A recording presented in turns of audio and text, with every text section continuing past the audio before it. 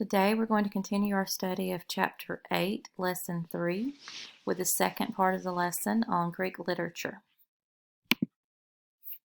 The big idea today is the ancient Greeks created great works of literature that influence the way we speak and write today, and there are two main ideas. Ancient Greek literature provides some of the world's greatest poems and stories, and Greek literature lives on and influences our world even today. So among the earliest Greek writings are two epic poems, not just poems, they're epic poems, the Iliad and the Odyssey. And both of these were written by a person called Homer, not Homer Simpson. But if that helps you remember it, more power. So the Iliad tells the story of the last years of the Trojan War. And then the Odyssey describes the challenges that Odysseus, however you pronounce it, faced on his way home after the war.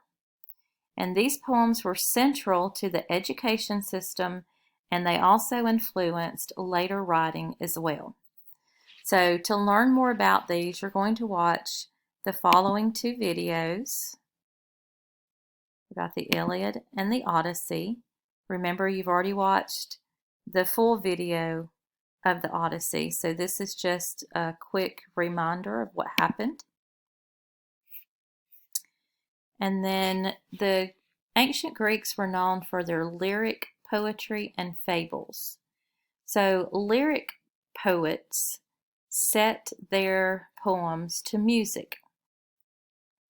The instrument was the lyre, not like liar, liar, pants on fire, but L-Y-R-E, lyre.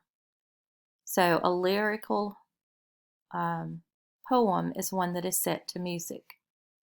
The most famous lyric poet was actually a woman. Her name was Sappho, and her poems were beautiful and emotional, just like you would think or imagine girls writing poetry today. They spoke of love and relationships with friends and family. Other Greeks told short stories that taught the reader lessons about life or actually gave advice on how to live. And these stories were called fables, and I'm sure that you've heard of several of them. Aesop is famous for fables such as The Tortoise and the Hare or The Boy Who Cried Wolf. So you're going to get to listen to some of those today. So here's a depiction of Aesop before 400 BC. Historians don't know for sure if a man named Aesop ever really lived, but many ancient legends are told about him. So according to one of the stories, Aesop was a slave in the 500s BC. Another story says he was an advisor to the king. And some historians think that the fables credited to Aesop were actually written by many different people and collected together under the single name of Aesop. So this one you're going to come back and watch. This is The Boy Who Cried Wolf, The Ant and the Grasshopper. You'll know what this one is. I'm not going to tell you, but you'll know. And this one is good old King Midas. You may or may not have heard of this fable. But Greek literature lives on and influences our world even today. The most obvious way that we see that influence of the Greeks is, of course, in our language. Many English words and expressions come from Greek mythology, such as Odyssey and even Titanic. A lot of our English words are rooted in Greek words, and you know that because you've been studying that in spelling.